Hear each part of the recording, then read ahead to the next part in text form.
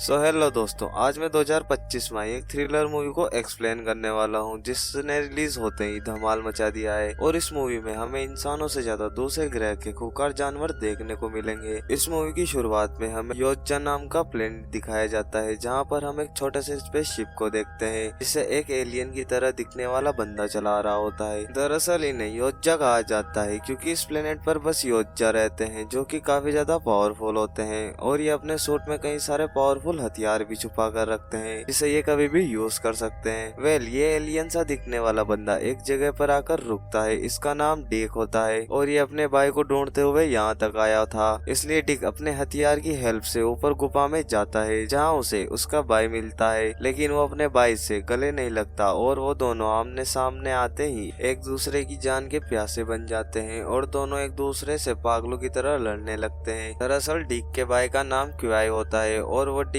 को ट्रेन कर रहा होता है क्योंकि इसके कबीले में यानी कि इनके ग्रुप में ऐसा रूल होता है कि जब जवान हो जाता है तो उसे जब तक अपने कबीले में शामिल नहीं किया जाता जब तक वो किसी शक्तिशाली जीव का शिकार करके उसका सिर कबीले में ना लेके आ जाए। जब कोई योद्धा ऐसा कर लेता है तो उसको कबीले में शामिल करके उसको इनविजिबल होने की पावर दी जाती है। और यहाँ पर क्वी ने कई सारे शिकार कर रखे होते हैं, इसलिए उसके पास इनविजिबल होने की भी पावर थी और वो अब अपने भाई को ट्रेन कर रहा था जिससे वो भी अपने कबीले में अपनी मर्दानगी साबित कर सके। इन दोनों के बीच में काफी देर तक फाइट चलती रहती है, लेकिन क्वाई काफी ज्यादा शक्तिशाली था इसलिए वो बड़ी आसानी से डिक को हरा कर खाई में गिरा देता है। पर डिक भी हार नहीं मानता और खाई से वापस ऊपर चढ़कर आ जाता है और अपने भाई से कहता है, मैं इतनी जल्दी हार नहीं मानने वाला हूँ, जब तक मैं जीत नहीं जाता मैं तब तक फाइट करता रहूंगा। ये कहकर वापस इन दोनों के बीच में फाइट होने लग जाती है। थोड़ी देर फाइट करने के बाद क्वाई अपने भाई को स्पेसशिप में लेकर जाता है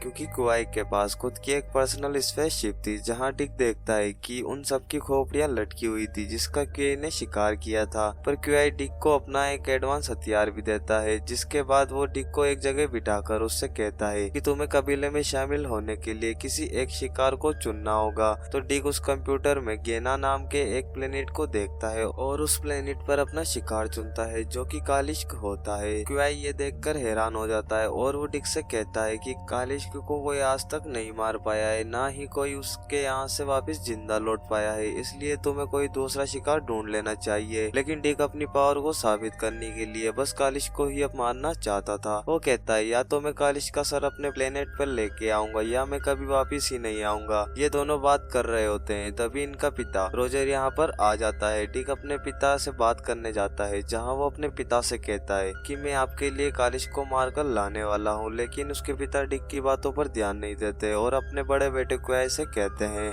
कि तुमने अभी तक डिक को क्यों नहीं मारा, ये हमारे कबीले का सबसे कमजोर योद्धा है और ये हमारे कबीले में नहीं रह सकता। ये सुनकर डिक कहता है कि पापा मैं आपके लिए कालिस्क की गर्दन लेके आऊंगा जिससे आपको मुझ पर गर्व होगा, आप मुझे बस एक मौका दीजिए। लेकिन उसके पापा उसकी ना सुनकर डिक को अपने एक गैजेट से बंदी बना देते हैं और ऐसे कहते हैं कि जल्दी से इस कमजोर योद्धा को मार डालो, मैं इसकी शक्ल भी नहीं देखना चाहता। डिक बेचारा अपनी जान की भीख मांग रहा होता है कि मुझे छोड़ दो, लेकिन क्वाई भी अपनी तलवार निकाल कर उसे मारने वाला होता है, बट वो उसे नहीं मारता, उसको आजाद करके अपने स्पेसशिप में भेज देता है और खुद अपने पिता से भिड़ जाता है क्योंकि उसे अपने भाई डिक पर पूरा भरोसा था कि वो एक ताकतवर योद्धा है और वो कालिस्क को मार देगा। क्वाई अपने भाई को जल्दी से वहाँ से जाने को कहता है और खुद अपने पिता से लड़ने लगता है, बट उसके पिता बहुत ही ज्यादा पावरफुल होते हैं इसलिए क्वाई के ऊपर भारी पड़ते हैं और उसका एक हाथ काट देते हैं। उधर डिक भी शिप के अंदर से अपने पिता से क्विक को छोड़ने की कहता है क्योंकि शिप का गेट बंद हो चुका था और अब डिक बाहर नहीं आ सकता था, पर उसके फादर उसकी बात नहीं सुनते और क्वाई को अपनी तलवार से मारने वाले होते हैं।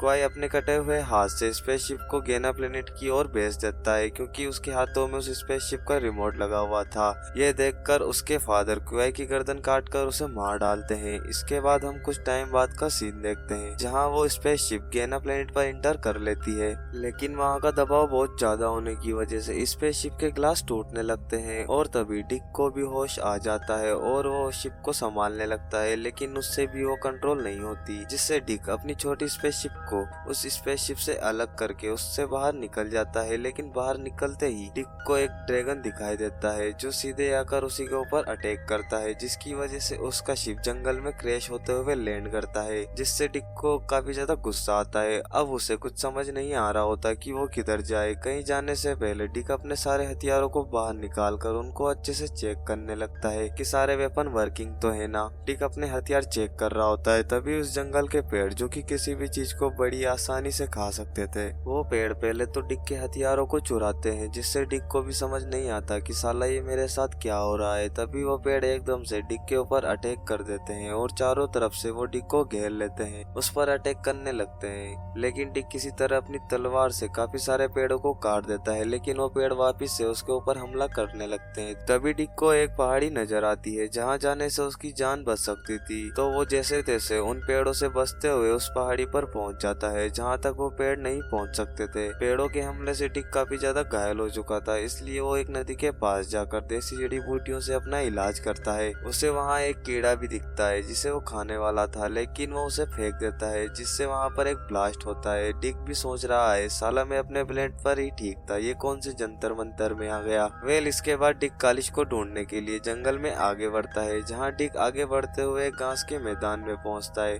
उसे वहाँ बहुत सारे कंकाल नजर आते हैं और उसे वहाँ ऐसे कांटेदार पौधे भी दिखते हैं, जिसके पास जाने से वो और भी ज्यादा खतरनाक होते जा रहे थे। तभी डिक को वहाँ एक लड़की की आवाज सुनाई देती है। वो लड़की भी डिक को देख लेती है। इस लड़की का नाम थिया होता है। थिया डिक से पूछती है कि तुम कौन हो और यहाँ क्या लेने आए हो, तो डिक भी उसे सब बता देता है कि मैं यहाँ कालिश को मारने के लिए आया हूँ। ये सुन के थिया कहती है तुम अकेले कालिश को नहीं ढूंढ सकते और ये प्लेनेट बहुत ज्यादा खतरनाक है, इसलिए तुम्हें मुझे साथ लेके चलना होगा और पहले तुम्हें मुझे यहाँ से आजाद करवाना होगा। पर डिक कहता है मुझे किसी की हेल्प की जरूरत नहीं है, मैं अकेले ही उसे ढूंढ लूंगा। तभी वो ड्रैगन डिक को खाने के चक्कर में ऊपर से एक पत्थर गिराता है, जिससे वो पौधे ब्लास्ट होने लगते हैं। तभी वो लड़की बताती है कि इन कांटों की वजह से तुम सुन्न हो सकते हो और जब तुम सुन्न हो जाओगे तब ये ड्रैगन तुम्हें खा जाएगा। और होता भी ऐसा ही है। उन पौधों के कांटे ब्लास्ट होने से डिक को लग जाते हैं और वो बेहोश होने लगता है। लेकिन थिया कहती है तुम्हारे पास अगर कोई हथियार हो तो मेरी तरफ फेंको, जिस पर डिक अपना हथियार थिया की तरफ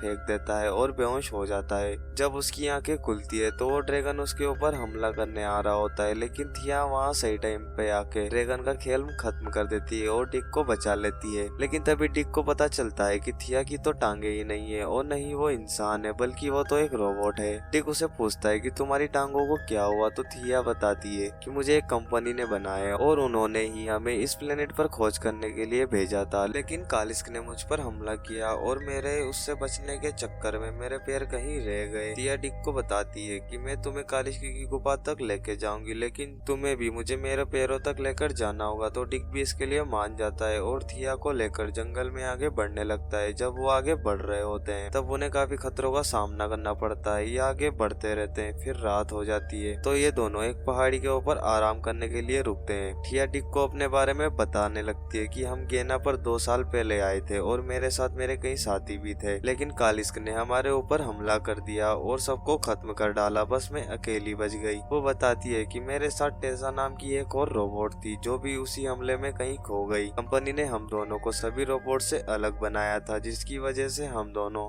लोगों की फीलिंग को समझ सकते थे। थिया अपनी कहानी सुनाती जाती है, लेकिन डिक तो खर्राटे मारते हुए सो गया था। दूसरी तरफ हमें उसी टेसा नाम की रोबोट को दिखाया जाता है, जिसकी हालत बहुत ज्यादा खराब होती है और वो एक लैब में थी जहाँ कुछ मशीनें उसको सही करने लगती है, लेकिन टेसा बस थिया का नाम लिए जा रही थी। वो मशीनें टेसा को एकदम सही कर देती है। तभी उसे कंपनी की तरफ से मैसेज आता है कि तुम्हारे काम से कंपनी बिल्कुल भी खुश नहीं है। अगर तुम दोबारा अपने काम में नाकाम हुई तो तुम्हें हमेशा के लिए डीएक्टिवेट कर दिया जाएगा। इधर वापस सुबह होने के बाद डिक और थिया जंगल में आगे बढ़ने लगते हैं और ये एक बड़े से घास के मैदान में पहुंचते हैं, जहाँ इन्हें एक बहुत बड़ा सा क्रिएचर दिखाई देता है जो कि वहीं घास खा रहा होता है। थिया बताती है कि ये क्रिएचर कालिस्क का खाना है, तो डिक उस क्रिएचर को मारने के लिए आगे बढ़ने लगता है। तभी डिक को पता चलता है कि ये घास काफी ज्यादा नुकीली है और काफी खतरनाक भी। तभी वहाँ पर एक और अजीब सा क्रिएचर आता है। डिक उसे डराने की ट्राई करता है, लेकिन वो छोटा क्रिएचर उससे नहीं डरता और घास के मैदान में चला जाता है, जिससे वो बड़ा सा क्रिएचर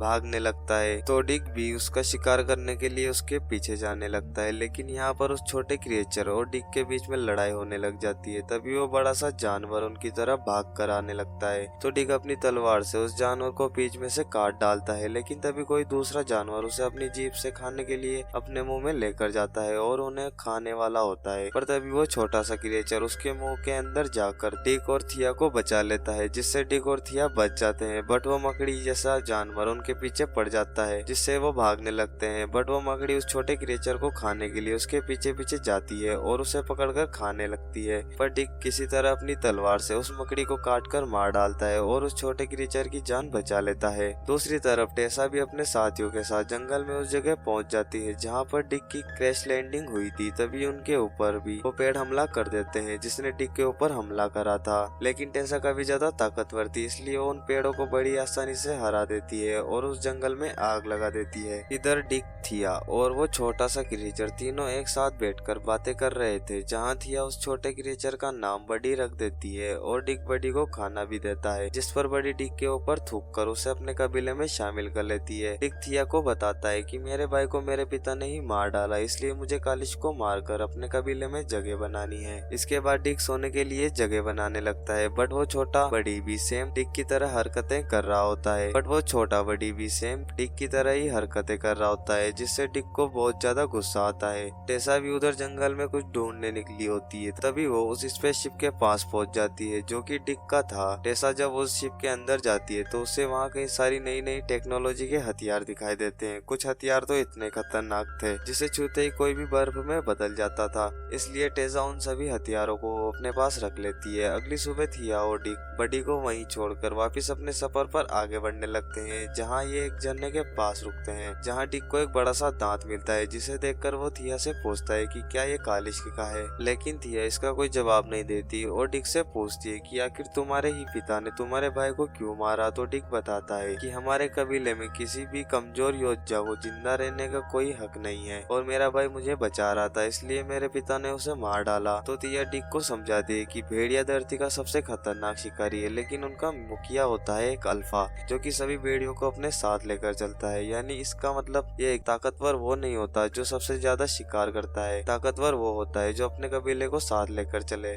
लेकिन डिक थिया की बात को अच्छे से समझ नहीं पाता और वो कहता है कि मुझे शिकारी बनना है ताकि मैं अपने कबीले में शामिल हो सकूं। इसके बाद ये वापस से आगे बढ़ने लगते हैं, जहाँ चलते चलते ये उस जगह पर पहुंच जाते हैं जहाँ थिया और उसके साथियों ने बेस बनाया था और कालिश्क ने उनके पूरे बेस को बर्बाद कर दिया था। थिया को वहाँ अपनी टांगे मिल जाती है तो वो उन्हें मशीन की हेल्प से वापस अपने शरीर से जोड़ने लगती है। लेकिन थिया एकदम से बदल जाती है और वो डिक से कहती है कि तुम्हें अब यहाँ से जाना होगा क्योंकि मैंने अपने साथी टेसा को यहाँ बुला लिया है। ये सुनकर डिक को काफी ज्यादा गुस्सा आता है और वो थिया से कहता है कि तुमने मेरा इस्तेमाल किया है बस अपनी टांगे वापस पाने के लिए। तो थिया बताती है कि तुम्हें यहाँ से जाना होगा क्योंकि हम भी यहाँ पर कालिश्क को मारने ही आए थे, लेकिन वो बहुत खतरनाक है और शक्तिशाली भी, वो तुम्हें मार देगा। लेकिन डिक गुस्से में बार बार थिया से कालिश्क का ही पता पूछता है। जब थिया उसे कुछ नहीं बताती तो डिक गुस्सा होकर बाहर जाता है और एक पेट्रोल के टैंक में आग लगा देता है, जिससे वहाँ बड़ा सा ब्लास्ट होता है। ब्लास्ट की वजह से वहाँ पर कालिश्क भागते हुए डिक के सामने आ जाता है और डिक के ऊपर अटैक करने लगता है। भाई साहब कालिश्क तो काफी खतरनाक है, ये तो डिक की पूरी तरह से बैंड बजाने लगता है। लेकिन डिक भी पीछे नहीं हटता और अपनी तलवार से कालिश्क की पूंछ काट देता है। बट कालिश्क वापिस से नई वाली पूंछ उगा लेता है और फिर से डिक को मारने लगता है। वो डिक को मारने ही वाला था कि तभी थिया कालिश्क के ऊपर अपनी गन से अटैक करने लगती है, जिससे डिक मौका देखकर कालिश्क पर अटैक करने लगता है और अपनी तलवार से हमला करके उसकी गर्दन उड़ा देता है, जिससे डिक बहुत खुश होता है। लेकिन कालिश्क अपनी गर्दन वापिस से जोड़ लेता है और डिक को मारने ही वाला होता है। बट तभी वहाँ टेसा आकर वो बर्फ वाला बॉम्ब एक्टिवेट कर देती है, जिससे कालिश्क और डिक बर्फ में बदल गए थे। इसके बाद टेसा डिक और सभी को अपने साथ ले जाती है, जहाँ उसने डिक को बंदी बनाया होता है और टेसा डिक के दिमाग को पढ़ने लगती है और फिर थिया को एक्टिवेट करती है। थिया टेसा को देखकर काफी खुश होती है। टेसा उसे बताती है कि हमने कालिश्क को पकड़ लिया है, जिससे कंपनी वाले बहुत खुश होंगे क्योंकि तुम उनके लिए एक नया जीव लेके आई हो, यानी कि योद्धा।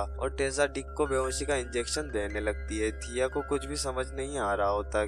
थिया कहती है कि ये योद्धा हमारे किसी काम का नहीं है, हमें इसे छोड़ देना चाहिए। पर टेसा थिया की बात नहीं सुनती और डिक को झटके देकर उसके दिमाग को बाहर निकालने की ट्राई करने लगती है। डिक को काफी ज्यादा दर्द हो रहा होता है। डिक को दर्द में देख के थिया को बहुत बुरा लगता है और वो उस मशीन को बंद कर देती है। तब जाके टेसा थिया को बताती है कि मैं यहाँ तुम्हें बचाने के लिए नहीं आई थी, मैं यहाँ कालिश्क को पकड़ने के लिए आई थी। वो दोनों बात कर ही रहे होते हैं, तभी एक गार्ड आकर टेसा को बताता है कि तुम्हारे लिए कंपनी का मैसेज ले जाया है, इसलिए टेसा वहाँ से जाने लगती है और गार्ड से कहती है कि योज्जा को टॉर्चर करके हथियारों की जानकारी निकालो और तिया को ऑफ कर दो। उसके जाने के बाद डिक तिया से कहता है कि मुझे तुम पर भरोसा था। तिया कहती है इसमें मेरी क्या गलती है, टेसा ही बदल गई है तो मैं क्या करूं। इसके बाद वो गार्ड डिक के हथियारों को चेक करने लगता है तो डिक और तिया अलग ही भाषा में बातें करने लगते हैं जो कि गार्ड को समझ में नहीं आती। मतलब वो गार्ड को उकसाते हैं उस बॉम्ब को एक्टिवेट करने के लिए और वो गार्ड उस बॉम्ब को दबा देता है जिससे वो बॉम्ब ब्लास्ट हो जाता है और वो गार्ड वहीं टपक जाता है। फिर तिया किसी तरह डिक को वहाँ से भगा देती है लेकिन गार्ड तिया को पकड़ लेते हैं। डिक उधर वापिस से अपने स्पेसशिप में पहुंच जाता है जो कि पहले क्रैश हो चुका था, लेकिन उसे वहाँ कोई भी हथियार नहीं मिलता क्योंकि सारे हथियार तो टेसा पहले ही वहाँ से ले जा चुकी थी। इससे डिक को काफी ज्यादा गुस्सा आता है और वो अपने भाई की मौत को याद करता है जिससे कालिश को मारने की जिज्ञासा और ज्यादा बढ़ जाती है। इसलिए पहले डिक अपने लिए हथियार इकट्ठा करता है जैसे नुकीली घास, कांटे वाले पौधे और एक एसिड फेंकने वाली मछली। तभी उसे अपने शिप के पास बड़ी बैठा हुआ मिलता है जो कि अपने परिवार की राह देख रहा था। उसे देखकर डिक समझ जाता है कि बड़ी ही कालिश का बच्चा है। फिर डिक थिया की टांगों को आजाद करके उसके पीछे पीछे जाने लगता है जिससे वो थोड़ी ही देर में टेसा के बेस में पहुंच जाते हैं